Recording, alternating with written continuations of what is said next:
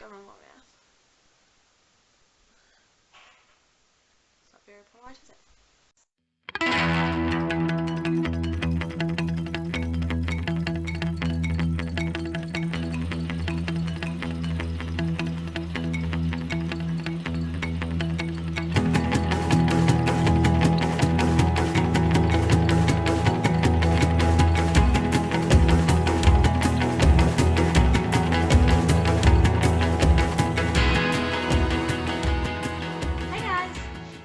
Today's video is going to be all about what is about to happen.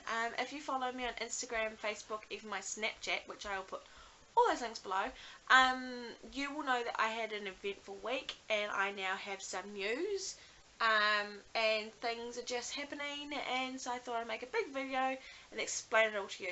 I'm really sorry, the sun's kind of shining in at me. I still need to set up an actual filming place, and yeah, so the sun's not really working for us, but that's okay. So last Thursday, I was having quite a bit of trouble with my pain. Obviously I have pain all the time. I have chronic pelvic pain, but for some reason it just seemed a lot worse. I hadn't eaten in 3 or 4 days. I would throw up if I ate a big meal, and I just wasn't feeling very good. I went to the doctor and she did send me up to A&E.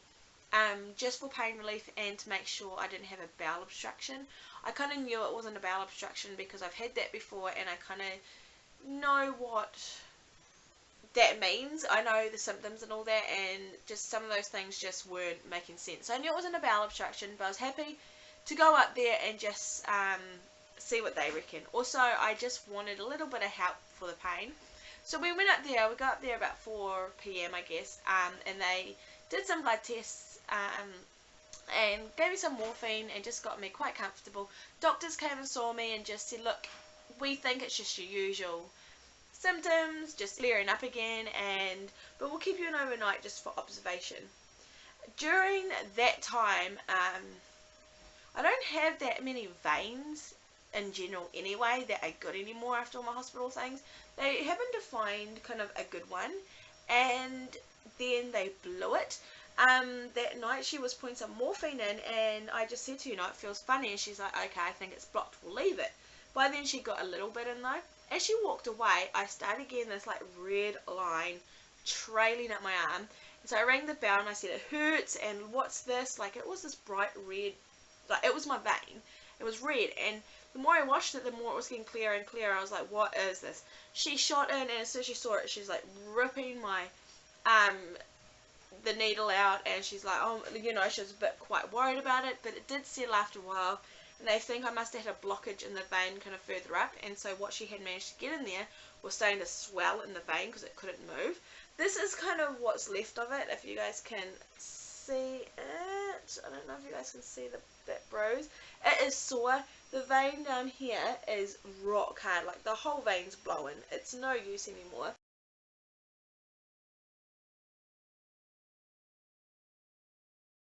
And after she took that out, I just said to her, I just don't want any more needles, you know, I don't have that many veins. So they had to keep me on, they kind of gave me oral medication after that because I just didn't want another needle in. And by the morning I was feeling a lot more comfortable and things had kind of calmed down. They sent me home. When they came in to send me home, they did say to me that my surgeon was going to look into getting my operation done sooner, because I'm not sure if I've talked to you guys about this, but I had rang them a few weeks prior to ask them if there was a date coming up, and they had told me it would be around the end of July, early August. So there wasn't really a plan when I left hospital on Friday morning. That was kind of just, it was still in limbo, but I was feeling a lot better. Come kind of Saturday, it just all started again, and I had family from down the country up visiting us, and my mum and dad had come down, and we're kind of just all sitting around, and my stomach was just getting worse, and like, that sun, I mean, it's good that the sun's out, but that's really annoying. So, sorry about that. So, yeah, everything was just getting worse, and I was feeling very overwhelmed, and I was just on the couch, like, bawling and howling. I think everyone was feeling real like, oh my goodness, what do we do? And I was just shaking, and Dad kept saying to me, let's go to the hospital. And I was like, no, you know, I was scared because of the needles, and I was like, they're not going to do anything. I kind of got this feeling come over me that no one cares. You know, the hospital knew I was in all that pain. They kind of just sent me home. And I just thought going back's not going to do anything. So I dealt with it, took some painkillers, and got through the night pretty much. Come the next day, it was still quite sore, but it was kind of gone, but it hadn't. I still hadn't been eating by this point. I have lost a few kg because of it, and I just wasn't feeling myself. I was feeling dizzy and yucky. And then I kind of, all day, my husband was kind of saying, should we go to the hospital, should we go to the hospital? I was like, no, they don't care, nothing's going to become of it. So I went to bed that night, and I think it kind of did calm down. And I remember joking, saying it's kind of like labour, like, I'm having these niggles and this annoying day and everything, and am I going to go to sleep and then wake up and boom, you know, so, but, you know, I was just laughing about it and saying, you know, knowing me, that's what's going to happen. No shit, oh, sorry, no crap, at 2 o'clock, woke up in this agonising pain, and I was just sitting on the bed, and I was just, like, hugging my knees, bawling, and my husband kind of woke up, and I think once he adjusted to what was going on, he kind of said to me, you know, is everything alright? I was like, something's wrong, I was shaking, I was throwing up. I tried to take some, I tried taking painkillers, and nothing was helping, so we're like, right, let's go to the hospital. Luckily my brother's still living with us, and so he just stayed here with the kids. It was 2 in the morning. Got out to the hospital, they shot me through straight away. I think because this time I was just that upset, they could visibly see that I, you know, was in this pain.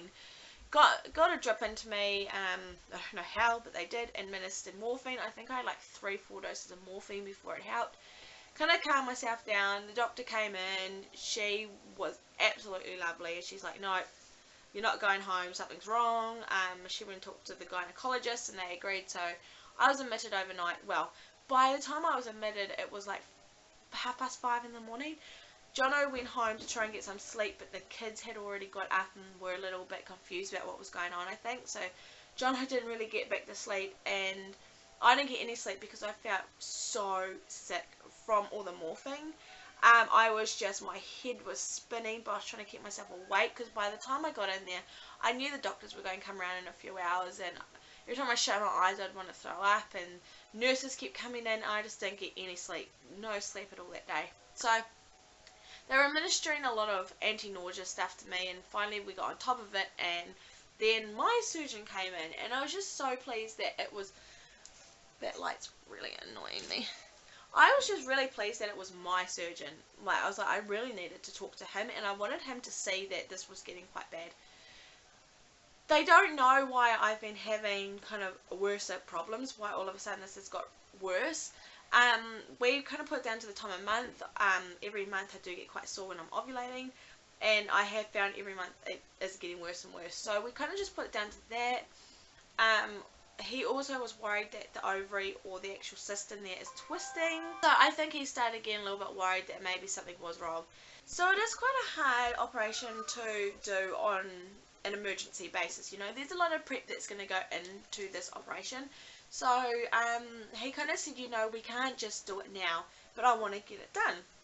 So he said to me, what if we send you home on painkillers, get you some stronger stuff, give you an open door policy. If you need morphine, if you need help, you just come straight to the ward, no A&E, and we will see you for your operation the 24th. And I was like, okay, the 24th of July. And he's like, no, the 24th of June. Which is 2 weeks away, guys. 2 weeks away today. And I was just like, yeah, let's do this. So now, he sent me home with some painkillers, and will see me on the 26th. On the 24th, I keep saying the 26th, it's the 24th, it's 24th. So that is the plan, guys. Operation is on the 24th of June, 2 weeks from today. It'll be a Wednesday. I have to starve from 7 in the morning, and I have to be at the hospital at 11. I do kind of at the end of next week, about a week out from the operation, I have to go and have a full round of blood tests and make sure that I do not need a blood transfusion. So that will be fun if I do. It's just in precaution if bloods show that I am anemic or hemoglobin levels are low, all that kind of stuff. It just means I need to have a blood transfusion, which they will do a few days before the operation. So I'm going to be doing that all next week, which I'm not really happy about because I'll be using up the 1 or 2 veins that I have left for this operation, but we'll deal with that. Jono will be taking at least the Wednesday off and obviously coming to the hospital and the operation with me. I'm not sure, we won't know kind of till next week what other days he will begin off. It's all down to his leave and how much he's owed and all that kind of thing. The sun is just doing my head in. I can see myself in the mirror and I can see the lights down here, and I'm really sorry guys. I'm trying to sort it out. So guess that's what's happening with that, with Jono. My mum and dad are coming down and I'm just so pleased. It's going to be one of those moments where I really want my mum, and I told her that I really want her there. So my mum and dad are actually taking the Wednesday and Thursday off, so they'll be staying at my house, because if my operation's not going to be till 11, they say, but last time they told me that I didn't go until 3. So I said to Mum, by the time I go in and wake up, I doubt I'm really going to be in all that good of mood. And I don't want my mum and dad to go home the Wednesday night. My mum's a lot like me, and I think she's going to be quite upset, and I just don't want them going home when they've last seen me in this tired, grumpy, sore state. So they're going to stay so then they can come and see me on the Thursday as well and just make sure everything's going normally for me. So my sister Smith is going to stay at our house and help me with the kids. She will obviously have Bentley those 3 days, Wednesday, Thursday, Friday, and Jaden will be at school, and I'm still arranging for mums from school to help just pick him up and drop him off. Then that weekend, my mum and dad are going to come back down and help with the kids and just kind of wait around, because the doctor has told me I'll be released, all going well, either the Sunday or the Monday. So I'll be staying 4 to 5 nights. And then I'm going to go up to Mum's for a few days just to get some rest. Just so I don't feel bad about pushing the kids away if they want cuddles. I don't have to risk them falling on me. And so I can rest. If I'm at home with the kids, I'm going to feel like I want to help them, kind of thing, you know. So I just want to be out of it altogether. So they're going to hang around all week and wait for me to be released and take me home. When that happens, my mother-in-law is going to come down here, and then she's going to have the kids for that full week, and then it's the weekend, and then Jaden is on 2-week school holidays. So it's worked out perfectly, because then my mum has those holidays off too, so people can rally around and help me out. So that is kind of the plan. I am in the middle of packing my hospital bag at the moment and buying things. That will be probably my next video and my last video before the operation. So next week, once I finish getting everything together, I will do a kind of what's in my hospital bag sort of video for you guys, and the stuff that I am taking, because like I said, I'll be staying 4 to 5 nights, and there's kind of a lot that goes into it. It's a huge operation. I'm going to be sore. I'm going to be, you know, it's just things like clothing wise and stuff to get me through those few days and all that kind of stuff that I think that I'm going to need. If I go back a little bit, the operation's going to take 1.5 to 2 hours, he was saying. They are doing the operation in a open abdominal way. It's called a TAH, which is a total abdominal hysterectomy. So they're taking out everything, the cervix, the uterus, and the ovaries. They're going to cut me kind of like a cesarean. He has told me it will be a bit bigger than a cesarean. Probably from my belly button down if everything is so stuck together like they think, but we don't know that yet, so I'm not too sure how that's going to be.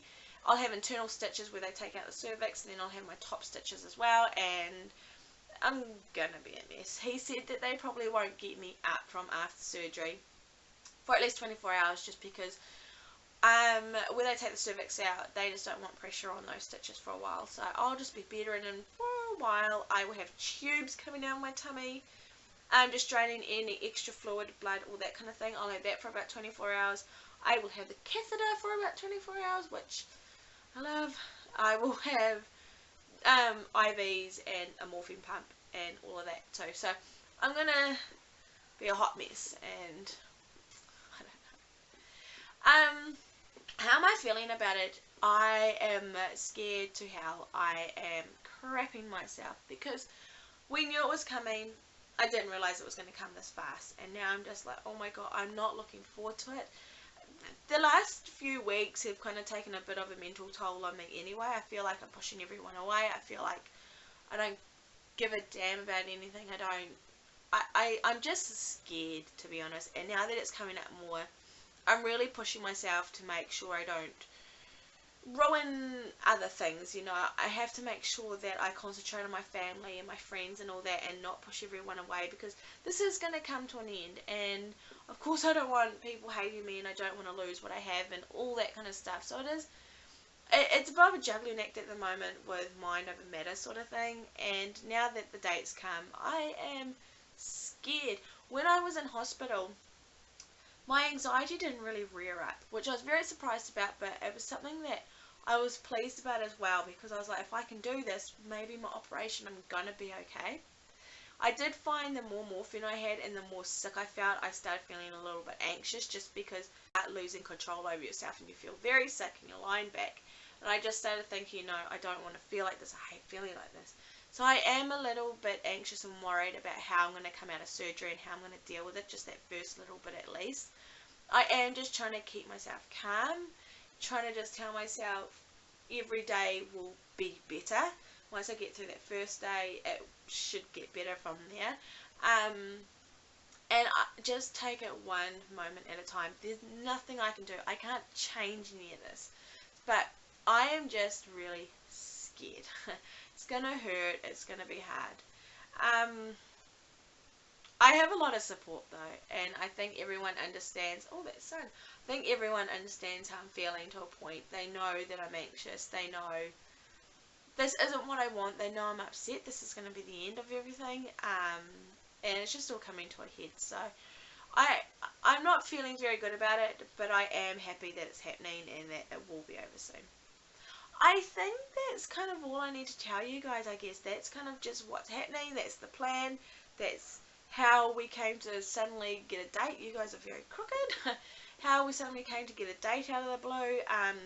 And you know, if you saw me on social media and that talking about it, now you guys know what happened and why it happened. And now what the plan is. 2 weeks, guys, and this will all be going and done. I really hope it all goes smoothly and we just get this done.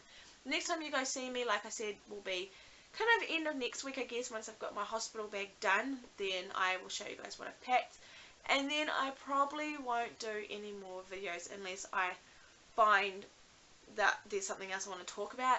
But I will be taking my camera to hospital, and I'm not sure how I'm going to do it. I might just post little updates for you guys to see if you want to see them with my phone maybe while I'm in there. I'm not sure if I'll get that done. I'll definitely try and film as much as I can with my camera.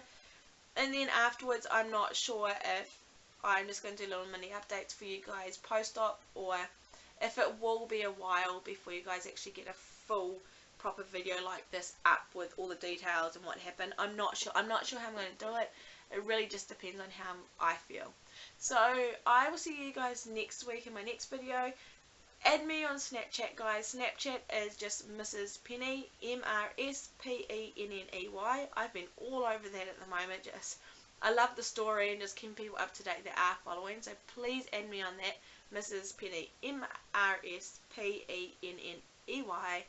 I'm on Facebook. My Making It Through page is on Facebook. It's just Making It Through. I'll link all this below. And I think my Instagram is Making It Through, or Emma's Making It Through. It's Emma's, and then the underscore, making underscore it, underscore through. I'll link it all below anyway, but please go and follow me on there, and you guys just get more updates on there than you do through YouTube. So there it is. Alright guys, have a good week, and I will see you next time. I'm sorry that the sun and you guys have been crooked.